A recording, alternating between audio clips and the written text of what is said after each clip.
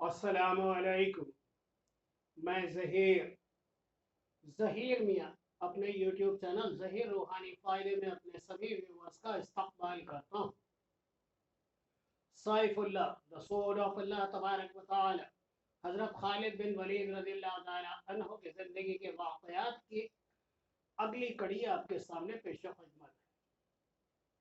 और वो जो मोहम्मद रसूलुल्लाह सल्लल्लाहु अलैहि वसल्लम को अल्लाह का भेजा हुआ रसूल नहीं मानते थे और अल्लाह को वादहुल शरीक नहीं समझते थे, वो अभी तक जंगी ताकत को अपराध की कमी बेशी और हथियारों की बर्तरी और कमतरी से नाप तोल रहे थे। हैरान तो वो होते थे कि मुसलमान किस तरह और किस ताकत के बलबूते पर फतह हासिल करते आ रहे हैं, लेकिन अपनी फौजों और घोड़ों की इफरात और अपने हथियारों की बर्तरी का उनको ऐसा गुरूर और तकब्बुर था कि वो सोचते ही नहीं थे कि इंसान में कोई और ताकत भी हो सकती है और ये ताकत अकीदे और मजहब की सच्चाई होती है। गुस्सानियों का बादशाह जबला बिन लाहिम बसरा में इस खबर का इंतजार बड़ी बेताबी से कर रहा था कि मर्ज राहियत में उसका धोखा कामयाब रहा है और मुसलमानों को काट दिया गया है। उसने फर्ज कर लिया था कि मुसलमानों को शिकस्त दी जा चुकी है।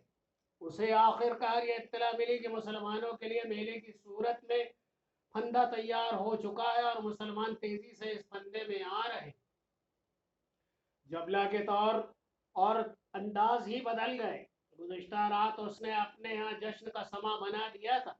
शराब के मटके खाली हो गए थे। जबला बिन लाहिम शराब में तैरता और नशे में उड़ता जवान हो गया।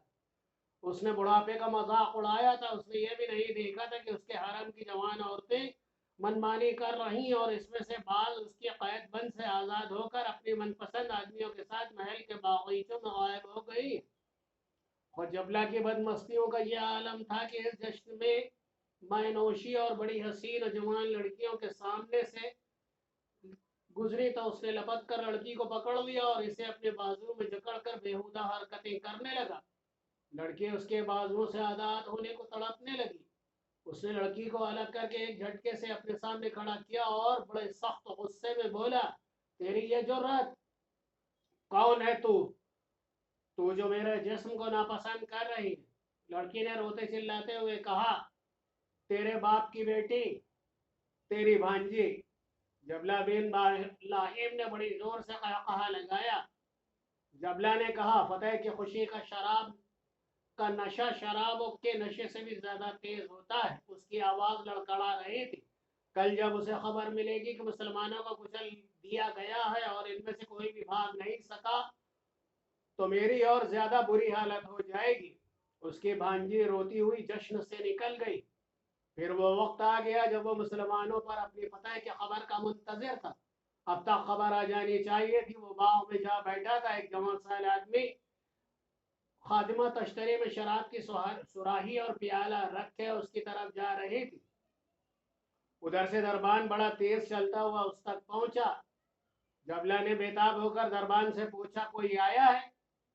कोई मर्ज राहित से आया है? दरबान ने दबे लहजे में कहा, कासिद आया है, जख्मी है। जबला ने जोश से उठते हुए कहा, भेजो उसे, वो फतेह की खबर लाया है, उसे जल्दी मेरे पास भेजो। खादिमा तश्तरी उठाए उसके करीब खड़ी थी। उधर से एक जख्मी चला आ रहा था। जबला बिन लाहिम ने कहा, हाँ वहीं से कहो तुम कि तुम फतेह की खबर लाए हो। जख्मी कासिद ने भी कुछ न कहा। वो चलता आया। उसके अपने जख्मों से खून आलूद थे। उसका सर कपड़े में लिपटा हुआ था। जबला ने बुलंद आवाज में क्या कहा, क्या तुम इतने जख्मी हो कि बोल नहीं सकते? कासिद ने कहा, बोल सकता हूँ, लेकिन जो खबर लाया हूँ वो अपनी जबान से सुनाने की जरूरत नहीं। जबला की आवाज दब सी गई। क्या कह रहे हो? क्या मुसलमान फंदे में नहीं आए, आकर निकल गए? कासिद ने शिकस्ता खुर्दा आवाज में कहा, हाँ वो निकल गए। उन्होंने ऐसी चाल चली कि हम उनके फंदे में आ गए। अपनी फौज कट गई है। मरजराहिद को उन्होंने लूट लिया है। जबना बिन लाहिम ने तश्तरी से शराब की सुराही उठाई। खादिमा ने प्याला उठाकर उसके आगे किया। जबला ने सुराही बड़ी जोर से कासिद पर फेंकी।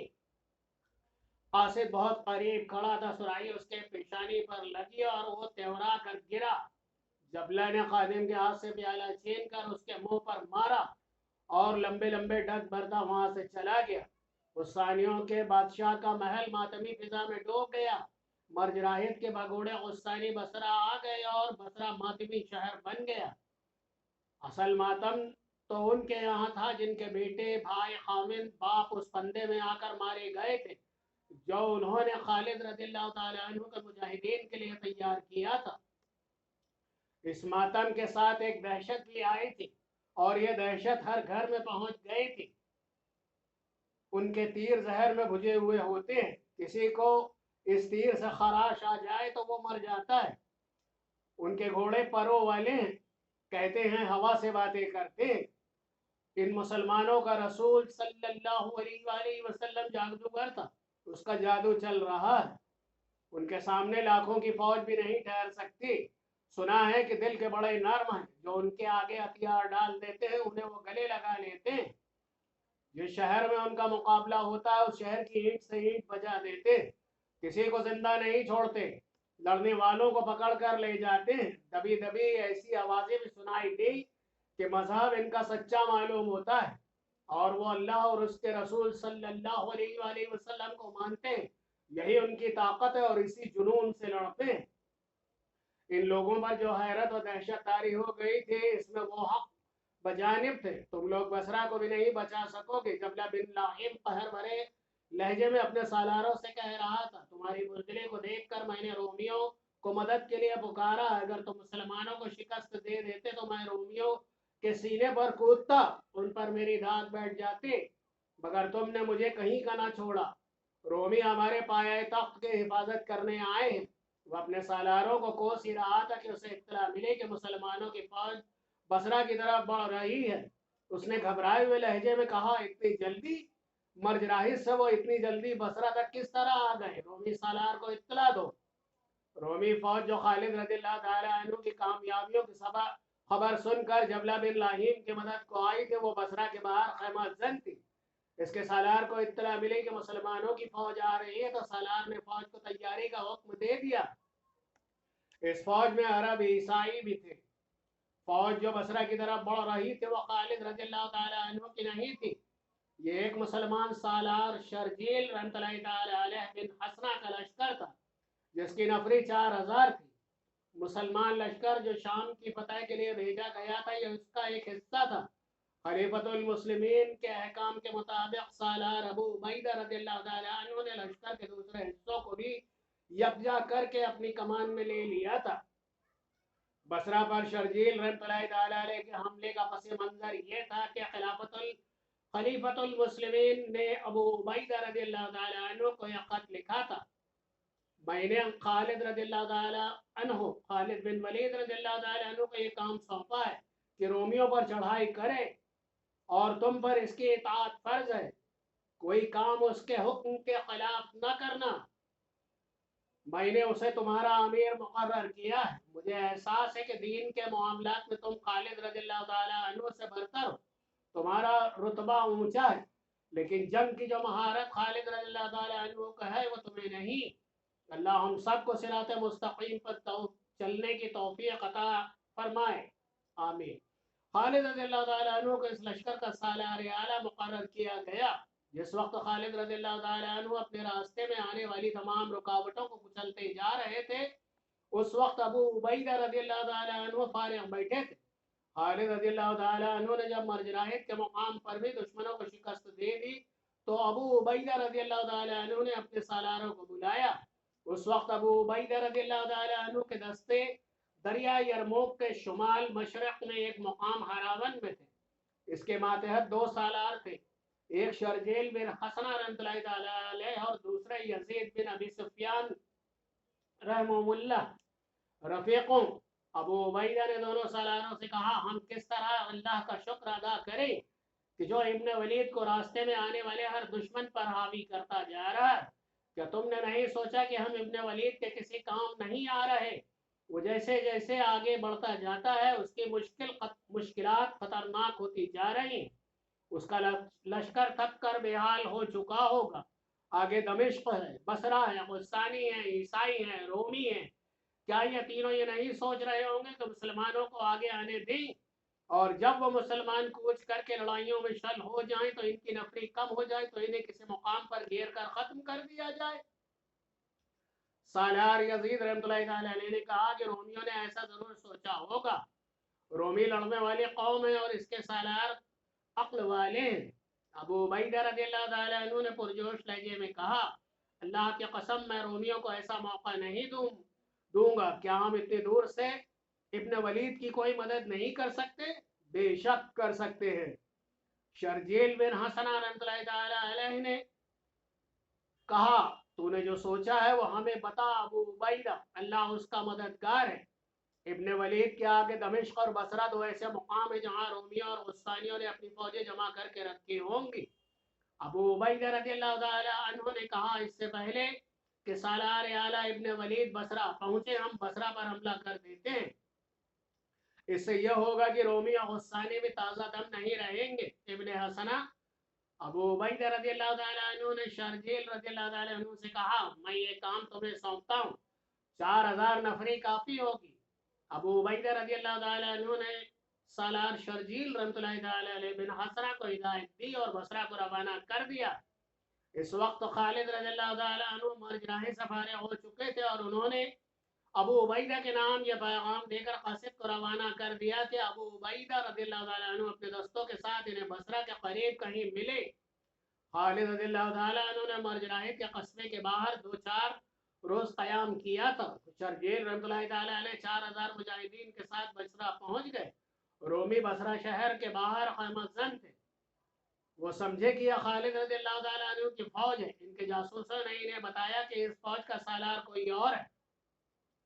مورخ لکھتے ہیں کہ رومی فوج کے سالار یہ سمجھے کہ یہ مسلمانوں کی فوج کا ہراول ہے اور پوری فوج پیچھے آ رہی ہے۔ وہ مان نہیں سکتے تھے کہ اتنی فوج اتنے بڑے شہر کو محاصرے میں لینے آ گئی ہوگی۔ رومی فوج جس کی تعداد 12000 کے قلعے کے اندر چلی گئی۔ بصرہ قلعہ بند شہر تھا۔ 2 دن گزر گئے، رومی اور غسانی قلعے کی دیواروں کے اوپر سے مسلمانوں کو دیکھتے رہے۔ شرجیل رحمۃ اللہ تعالیٰ علیہ نے قلعے کے ارد گرد کچھ نہ کچھ حرکت جاری رکھے۔ دشمن قلعے سے دور دور بھی دیکھتا تھا، اسے توقع تھی کہ مسلمانوں کی پوری فوج آ رہی ہے۔ اسے اب اپنے جاسوسوں کے ذریعے کوئی خبر نہیں مل سکتی تھی کیونکہ قلعہ محاصرے میں آ چکا تھا۔ سالار شرجیل رحمۃ اللہ بن حسنہ کے متعلق یہ بتانا ضروری ہے کہ وہ رسول اکرم صلی اللہ علیہ وآلہ وسلم کے قریبی صحابی تھے۔ جو صحابہ کرام وحی لکھتے تھے، اس میں شرجیل رحمۃ اللہ تعالی علیہ خاص طور پر قابل ذکر ہیں۔ اسی حوالے سے انہیں کاتب رسول صلی اللہ علیہ وآلہ وسلم کہا جاتا تھا۔ شرجیل رحمۃ اللہ تعالی علیہ کا زہد اور تقوی تو مشہور تھا، وہ فن حرب اور ضرب اور میدان جنگ میں قیادت کی مہارت رکھتے اور کہا کرتے تھے کہ انہوں نے یہ فن خالد رضی اللہ تعالیٰ عنہ سے یمامہ کی جنگ میں پھر آتش پرستوں کے خلاف ہی لڑائیوں میں سیکھا ہے۔ محاصرہ بصرہ کے وقت ان کی عمر 70 سال سے کچھ ہی کم تھی۔ جذبے اور جوش و خروش کے لحاظ سے وہ جوان تھے۔ ان کی شہ سواری اور تیغ زنی جوانوں جیسی تھی۔ محاصرے کا 3را دن تھا۔ رومیوں کو یقین ہو گیا کہ مسلمانوں کی نفری اتنی ہی ہے جس نے محاصرہ کر رکھا ہے، اگر مزید فوج نے آنا ہوتا تو اب تک آ چکی ہوتی۔ چنانچہ انہوں نے اپنی 12000 نفری کی فوج باہر نکال لی۔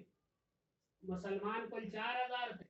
شرجیل رحمۃ اللہ تعالیٰ علیہ نے بڑی تیزی سے اپنے دستوں کو اکٹھا کر کے جنگی ترتیب میں کر لیا۔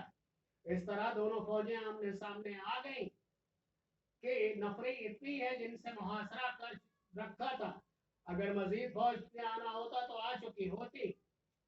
چنانچہ مسلمان کل 4000 تھے۔ شرجیل رحمۃ اللہ تعالیٰ علیہ نے بڑی تیزی سے اپنے دستوں کو اکٹھا کر کے جنگی ترتیب میں کیا اور شرجیل رحمۃ اللہ تعالیٰ علیہ نے آگے بڑھ کر بلند آواز سے کہا، اے رومیوں، اللہ کی قسم ہم بھاگنے کے لیے نہیں آئے۔ اپنی پہلی شکستوں کو یاد کرو، تم ہر میدان میں ہم سے زیادہ تھے، خون خرابے سے تم بچتے ہو، لیکن ہم نہیں۔ ہماری شرطیں سن لو اور اپنے شہر اپنی آبادی کو تباہی سے بچا لو۔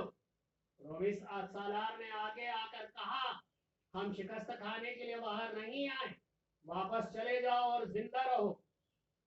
वो कोई और थे जिन्होंने तुमसे शिकस्त खाई है।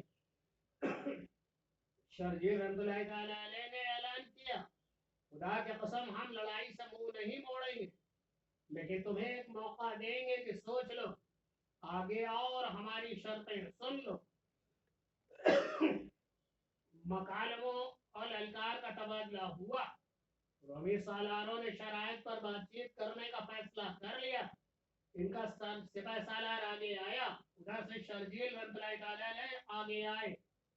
रोमी सालार ने कहा, बोले मुसलमान सालार, अपनी शराइत बता। शर्जील रहमतुल्लाहि तआला अलैह ने कहा, इस्लाम कबूल कर लो, अगर ये मंजूर नहीं तो जजिया अदा करो, और अगर ये भी मंजूर नहीं तो लड़ाई के लिए तैयार हो जाओ। रोमी सालार ने कहा, हम अपना मजहब नहीं छोड़ेंगे और हम जजिया भी नहीं देंगे, लड़ाई के लिए हम तैयार हैं। इसके साथ ही रोमी सालार ने मुसलमानों पर हमले का हुक्म दे दिया। रोमियों की तादाद 3 गुना थी। शर्जील रहमतुल्लाहि तआला अलैह ने अपने 4000 मुजाहिदीन को जंगी तरतीब में सफारा कर रखा था। इन्हें अपनी नफरी की किल्लत का भी एहसास था। उन्होंने अपने दोनों पहलुओं को फैला दिया था ताकि दुश्मन घेरे में न ले सके। रोमी जंगियों थे और इनके सालार तजुर्बेकार थे। वो मुसलमानों को घेरे में लाने की कोशिश कर रहे थे। घमासान लड़ाई थी। शर्जील रहमतुल्लाहि तआला अलैह कासिदों को दाएं बाएं दौड़ा रहे थे और मुजाहिदीन को ललकार भी रहे थे। मुजाहिदीन अपनी रवायत के मुताबिक बेजिगरी से लड़ रहे थे, लेकिन रोमी 12,000 थे। इनके सालार इन्हें दाएं बाएं फैलाते जा रहे।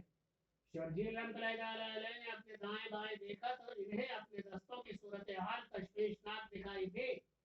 ऐसी सूरत हाल पसपाई का मुतालबा किया करती है, लेकिन शर्जील रहमतुल्लाहि तआला अलैह की ललकार पर मुजाहिदीन का जोश और जज्बा बढ़ गया। वो पसपाई के नाम से ना वाकिफ थे। उन पर जुनूनी कैफियत तारी हो गई और 4-5 घंटे गुजर गए। फिर वो सूरत पैदा हो गई जिससे शर्जील रहमतुल्लाहि तआला अलैह बचने की कोशिश कर रहे थे। दुश्मन के पहलू फैल कर मुसलमानों के पहलुओं के आगे निकल गए थे। वो घेरे में आ चुके थे।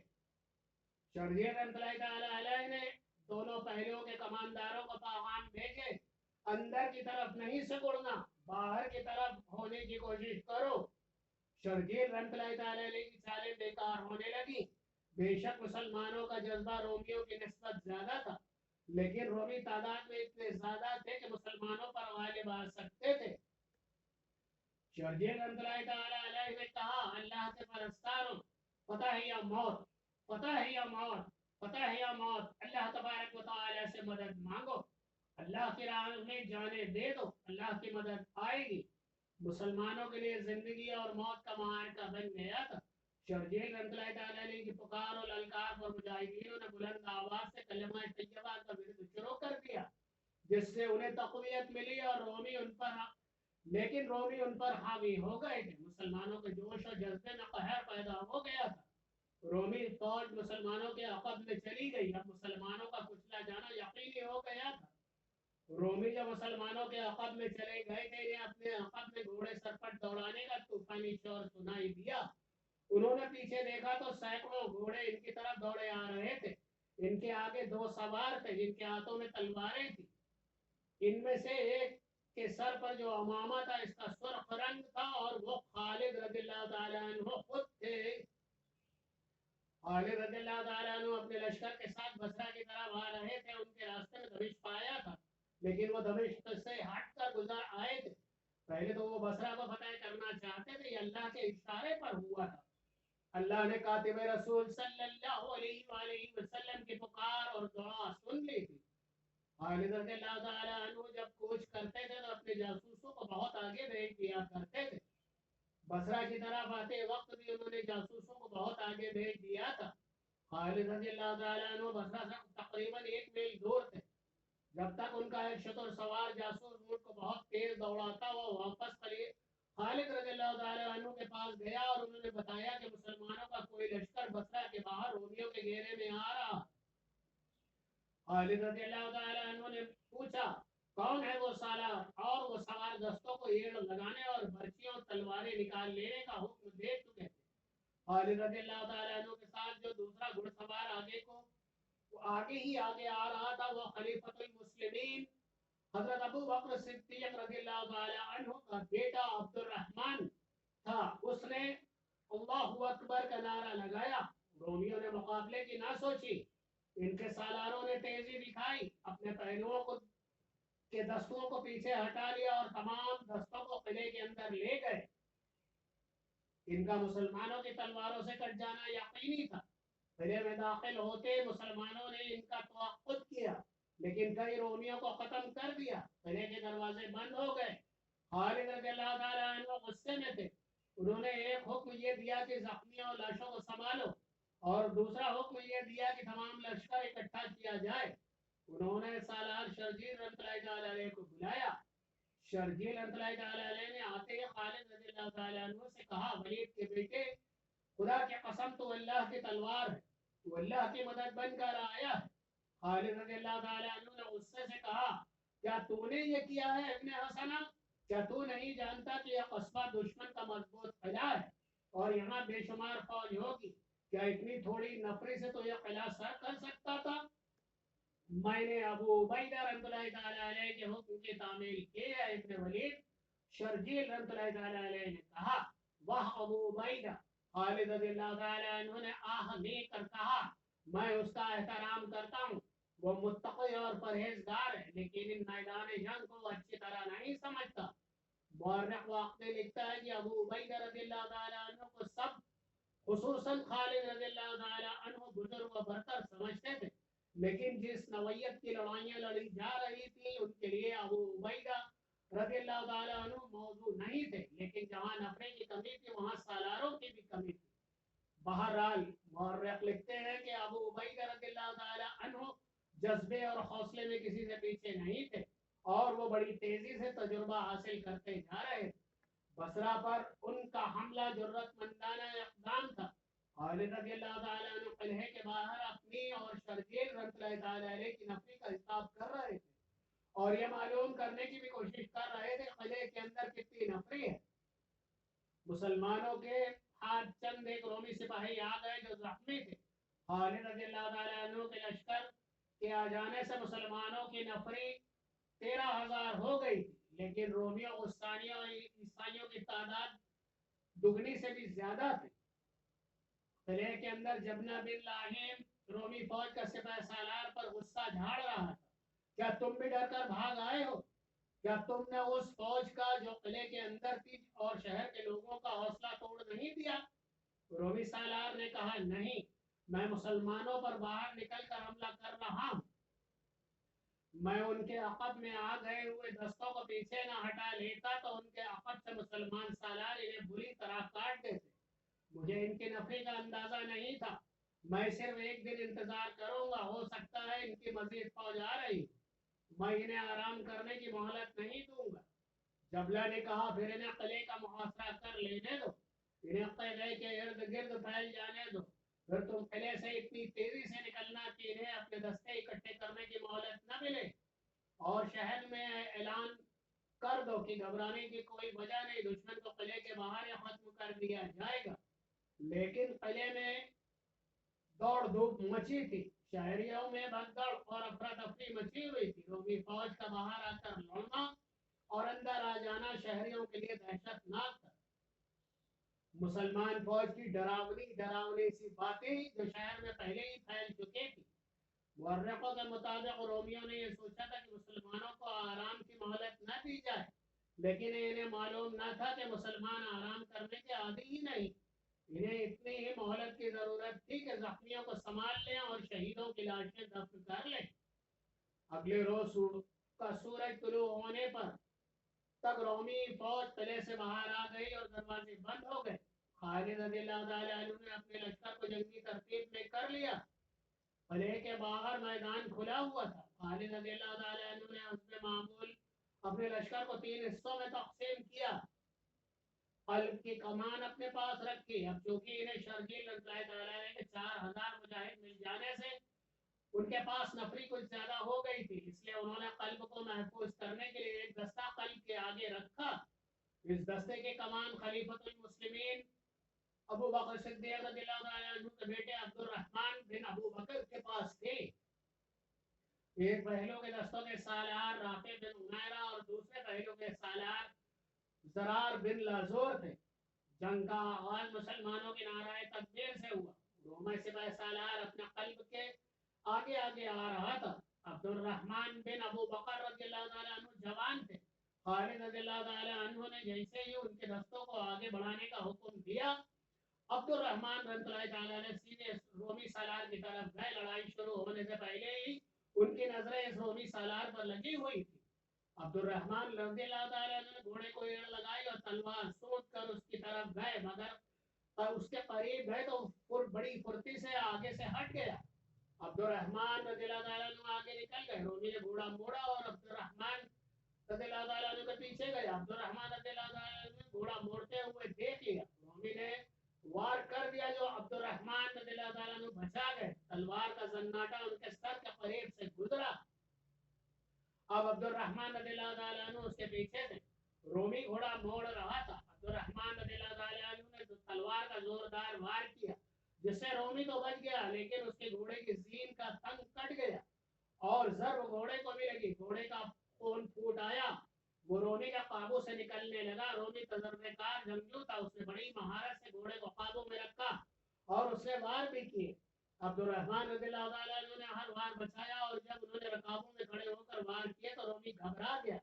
اس کے آہنے خود اور جرا نے اسے بچا لیا، لیکن اپنی ایک ٹانگ کو نہ بچا سکا۔ گھٹنے کے اوپر سے اس کی ایک ٹانگ زخمی ہو گئی۔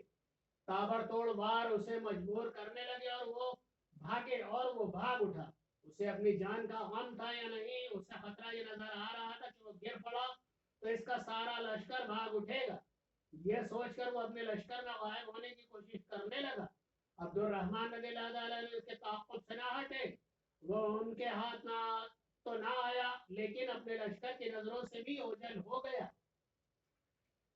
خالد رضی اللہ تعالیٰ عنہ نے رومیوں پر اس طرح حملہ کیا کہ سالار رافع بن عمیرہ اور سالار زرار بن لازور کو حکم دیا کہ وہ باہر کو ہو کر رومیوں پر دائیں اور بائیں سے تیز اور شدید حملے کریں۔ مجاہدین شدید کا مطلب سمجھتے تھے۔ مورخوں کی تحریروں کے مطابق یہ حملہ اتنا تیز اور اتنا سخت تھا جیسے مجاہدین تازہ دم ہو اور ان کی تعداد دشمن سے دگنی ہو۔ دونوں سالاروں کے دستے دیوانگی کے عالم میں حملہ آور ہوئے۔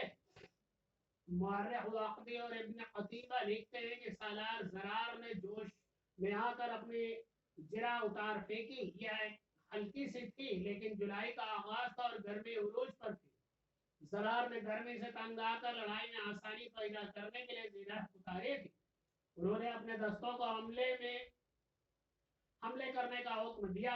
ان کا گھوڑا ابھی دشمن کے قریب نہیں پہنچا تھا کہ انہوں نے قدیر میں اتار پھینکی۔ اس پر ان کا اوپر کا دھڑ بالکل برہنہ ہو گیا۔ ایسے خورے لڑائی میں جرا ضروری تھی اور سر کی حفاظت تو اور زیادہ ضروری تھی، لیکن زرار بن لازور نے اپنی جان ہتھیلی پر رکھ لی۔ انہیں اس حالت میں دیکھ کر ان کے کئی دوستوں میں اور جوش و خروش پیدا ہو گیا۔ زرار دشمن کو لڑکاتے ہوئے ٹوٹ پڑے جاتے تھے۔ ان کے سامنے جو آیا ان کی تلوار سے کٹ گیا۔ وہ سالار سے سپاہی بن گئے تھے۔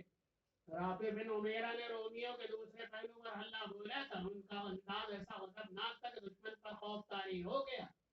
خالد رضی اللہ تعالیٰ عنہ نے جب دیکھا کہ زرار اور رافع کے دونوں پہلوؤں سے ویسا ہی حملہ بولا ہے جیسا وہ چاہتے تھے، اور دشمن کے پہلو قلب کی طرف سکڑ رہے، تو خالد رضی اللہ تعالیٰ عنہ نے سامنے سے اللہ بول دیا۔ رومی پیچھے ہٹنے لگے، لیکن پیچھے قلعے کی دیوار بھی جو دراصل شہر پناہ تھی، ان کے پیچھے ہٹنے کو جگہ نہ رہی۔ مجاہدین انہیں دباتے چلے گئے۔ دیوار کے اوپر سے کوئی چلایا، دروازے کھول دو۔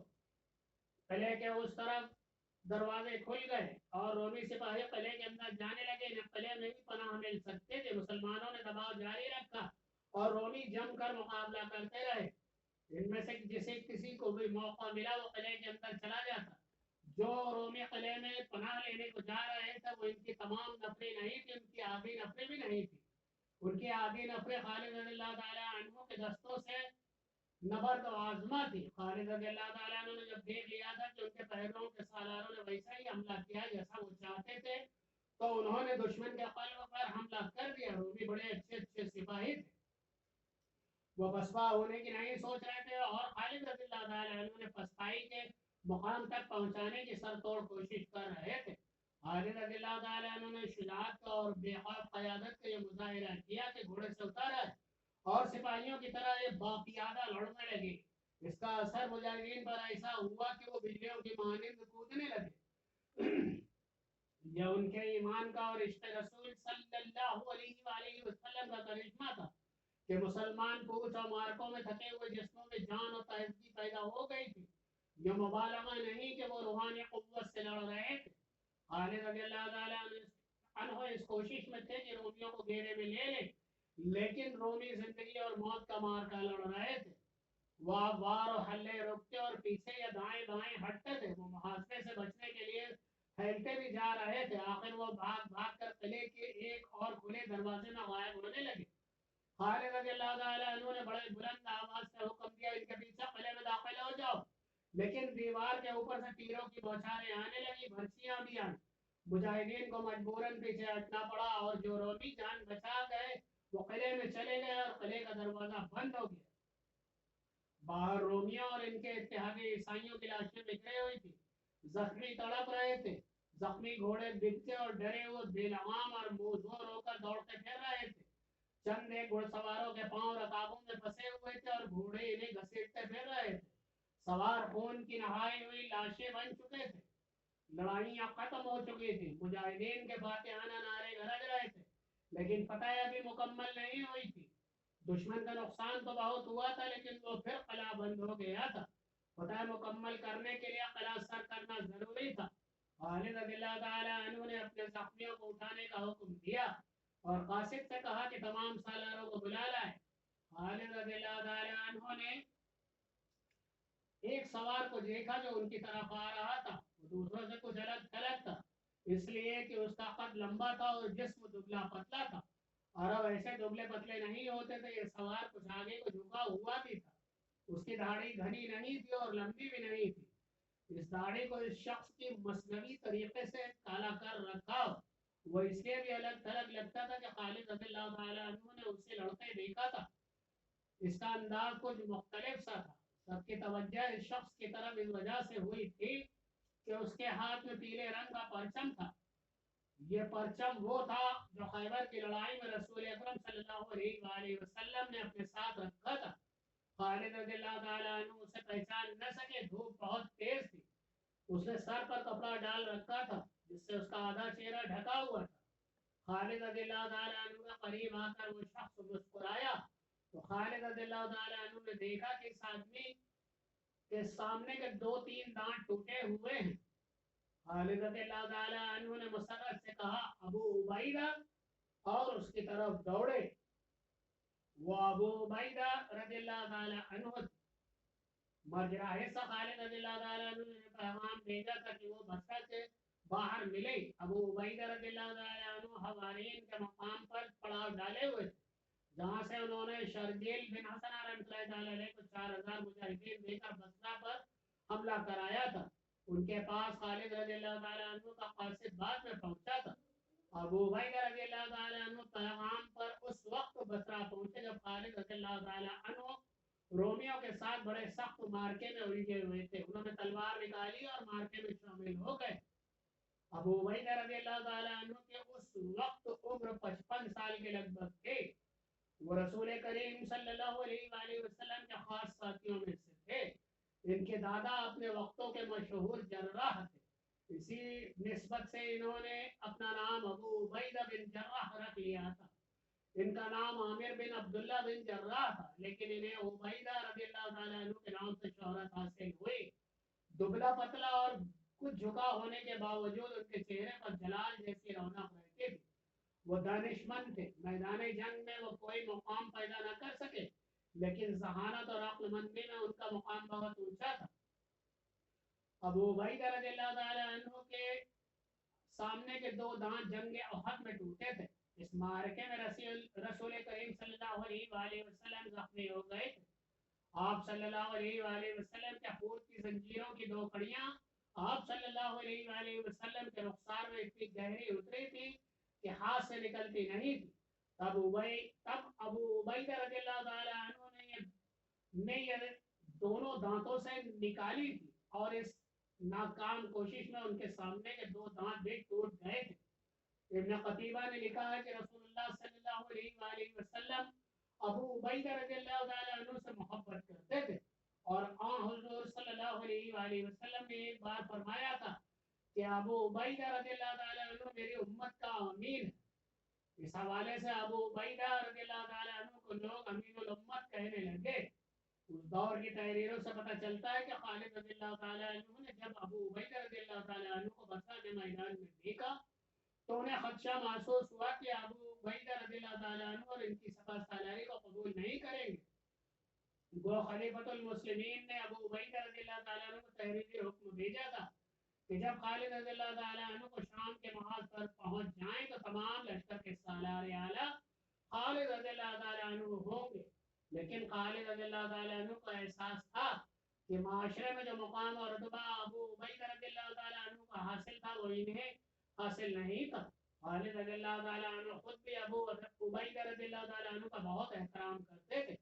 یہ احترام ہی تھا کہ بصرہ کے میدان جنگ میں خالد رضی اللہ تعالیٰ عنہ نے انہیں اپنی طرف آتے دیکھا تو خالد رضی اللہ تعالیٰ عنہ دوڑ کر ان تک پہنچے. ابو عبیدہ رضی اللہ تعالیٰ عنہ گھوڑے سے اترنے لگے. خالد رضی اللہ تعالیٰ عنہ نے کہا نہیں ابن عبداللہ. ابو عبیدہ رضی اللہ تعالیٰ عنہ سے کہا گھوڑے سے مت اترو, میں اس قابل نہیں ہوں کہ امین الامت کے لیے امین الامت میرے لیے گھوڑے سے اتریں. ابو عبیدہ رضی اللہ تعالیٰ عنہ گھوڑے پر سوار رہے اور جھک کر دونوں ہاتھ خالد رضی اللہ تعالیٰ عنہ کی طرف بڑھائے. خالد رضی اللہ تعالیٰ عنہ نے احترام سے مصافحہ کیا. خالد رضی اللہ تعالیٰ عنہ نے کہا ابو سلیمان, ابو عبیدہ امیر المومنین کا پیغام مجھے مل گیا تھا جس میں انہوں نے تمہیں ہم سب کا سالار اعلیٰ مقرر کیا اور میں اس پر بہت خوش ہوں. اس میں کوئی شک نہیں کہ جنگ کے معاملے میں جتنی عقل تم میں ہے وہ مجھ میں نہیں.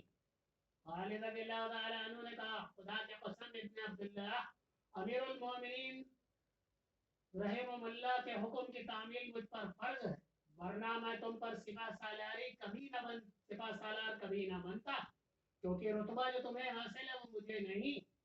ابو عبیدہ رضی اللہ تعالیٰ عنہ نے کہا ایسے بات نہ کر ابو سلیمان. ابو بکر صدیق رضی اللہ تعالیٰ عنہ نے بالکل صحیح فیصلہ کیا. میں تیرے ماتحت ہوں اور تیرے حکم پر آیا ہوں. اللہ تبارک و تعالیٰ تجھے غسانیوں اور رومیوں پر فتح عطا فرمائے. خالد رضی اللہ تعالیٰ عنہ نے بصرہ کو محاصرے میں لینے کا حکم دیا. رومیوں اور عیسائیوں کی لاشیں جہاں پڑی تھی وہیں پڑی رہی. اوپر گدھوں کے غول اڑ رہے تھے اور درختوں پر اتر رہے تھے. مجاہدین اپنے شہیدوں کی لاشیں اٹھا رہے تھے. ان کی تعداد 130 تھی. خالد رضی اللہ تعالیٰ عنہ نے شہر پناہ کے ارد گرد گھوڑا دوڑا کر جائزہ لیا کہ کہیں دیوار کہیں سے توڑی جا سکتی ہے یا نہیں. دیوار کے اوپر سے تیر آ رہے تھے لیکن مسلمان ان کی زد سے دور تھے. قلعے کے اندر مایوسی شائع ہوئی تھی. جبلہ بن لاہیم اور رومی سپہ سالار خاموشی سے ایک دوسرے کا منہ دیکھ رہے تھے. جبلہ بن لاہیم نے رومی سالار سے پوچھا کیا تم ہمت ہار بیٹھے ہو؟ رومی سالار نے شکستہ غصہ جبلہ پر نکالا اور کہا تم نے کہاں کہاں ہمت دکھائی. مسلمانوں کے راستے میں سب سے پہلے تم اور عیسائی آئے تھے. مسلمانوں کو روک نہ سکے. مرجراہیت میں بھی تمہاری فوج ناکام رہی. کیا تو مجھے اور میری فوج کو مروانا چاہتا ہے؟ باہر نکل کے دیکھ فوج کی نفری کتنی رہ گئی. ہمارے ساتھ کچھ نفری میدان جنگ میں ماری گئی اور مجھے بتایا گیا ہے کہ ہمارے بہت سے سپاہی اور کمانڈر اجنادین کی طرف بھاگ گئے. قلعے میں تھوڑی سی نفری آئی ہے. قلعے پر جا کر باہر دیکھ اور لاشوں سے حساب کر کہ ہمارے پاس رہ کیا گیا. باہر سے مسلمانوں کی للکار سنائی دے رہی تھی. رومی سالار باہر آ کر صلح کی بات کرے. رومیوں قلعہ ہمارے حوالے کر دو. ہم نے قلعہ اگر خود لیا تو ہم سے رحم کی امید نہ کرنا. اس کے ساتھ خالد رضی اللہ تعالیٰ عنہ کے حکم سے مجاہدین दरवाजा तोड़ने के लिए आगे जाते रहे, मगर उनके ऊपर तीरों ने इन्हें नाकाम कर रखा था। उन्होंने एक जगह से दीवार तोड़ने की कोशिश भी की थी, लेकिन कामयाबी ना हुई। शहर के लोगों पर भी खौफ तारी था। वो मुसलमानों की ललकार सुन रहे थे। वो जानते थे कि फतेह फौज शहर के लोगों की किस तरह तबाह और बर्बाद करती। मुसलमान कह रहे थे, किला खुद दे दोगे तो शहरी और इनके घर महफूज रहेंगे। जबला बिन लाइम और रोमी सालार कमरे से बाहर नहीं आते थे। शहर के लोग एक एक लम्हा खौफ और हिरास में गुजार रहे थे। वो तंग आकर जबला के महल के सामने इकट्ठे हो गए। वो कह रहे थे, हमें बचाओ, मुसलमानों से सुलह कर लो, किला इन्हें दे दो, हमारा कत्लेआम न कराओ। जबला और रोमी सालार ने 3-4 दिनों तक कोई फैसला न किया। खालिद रज़ियल्लाहु ताला अन्हु ने मुहासरे के बहाने अपने लश्कर को आराम की मोहलत दे दी। उन्होंने शहीदों का नमाज जनाजा पढ़ा और इन्हें दफन कर दिया। आखिर एक रोज किले पर सफेद झंडा नजर आया। किले का दरवाजा खुला। रोमी सालार बाहर आया। इसने सुलह की भीख मांगी। खालिद रज़ियल्लाहु ताला अन्हु ने उन पर ये शर्त आयद की कि वो जजिया अदा करे। रोमी सालार ने किला खालिद रज़ियल्लाहु ताला अन्हु के हवाले कर दिया। ये जुलाई 634 ईस्वी बाहवाला जमादिउल अव्वल का वक्त था। रोमी और गुस्सानी किले से निकलने लगे। शर्जील बिन फसना ने देखा कि रोमी सिपाही अजनादीन की तरफ भाग रहे थे। शर्जील ने अपना एक जासूस अजनादीन भेज दिया। फिर जासूस ने आकर इत्तला दी कि रोमी फौज अजनादीन में जमा हो रही और तवक्को है कि वहां 90,000 फौज तैयार हो जाएगी और हमारी मंजिल अगली मंजिल अजनादीन होगी। खालिद रज़ियल्लाहु ताला अन्हु ने कहा, इंशाअल्लाह ताला इसका अगला हिस्सा आपके सामने आइंदा पेश